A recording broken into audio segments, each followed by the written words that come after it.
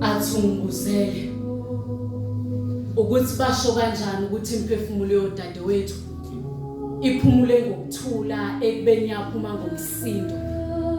Kangiyaxolisa ngicela ushwele noma ngingabonanga ucabangele abantu abami esikhalela sengathi bazosinda kanti bazomlandela zinsola boya lezi ziqothi imbokodo nesisekelo.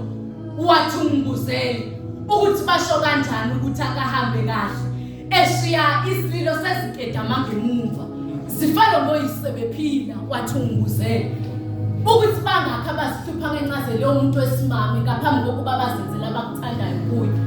Wathi bangakhe ababulale imbokodo ngoba besaba amandla ayo. Wathi asho ukuthini ona lamaliba anokunyakaza sengathi abafakwe khona bafakwe isikhathi singakofiki. Madoda ninesibindi nifake kanjani imbali emhlabathini engakini ningahlobisini nikwase kanjani ukuyibunisa ekubeni impande yayo ingasangena iqhelele. Wathunguzele ukuthi leli gazi abalichitha mihla lena bayokwazi ukulisula ngamhlawuphela. Wathukila kwesizwe sonkana ngoba kuthule imbokodo ngesandla sowesilisa othile kukhazana. Ukukhala kwesizwe sonkana ngoba kuthule imbokodo ngesandla sowesilisa othile kukhazana.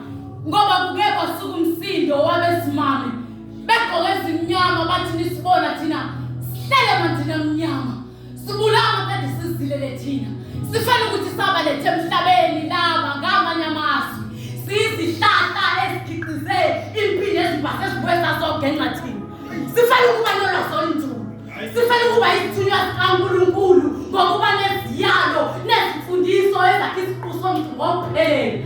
Lesi sikhalo sike sathinta usana lafesa umbhalo othi kuyosuku lwandle ngelele emhlabeni bese lithi liyabhubha kanti izoqhuma lomlilo bhuqabhuqa uMafrika sibhekile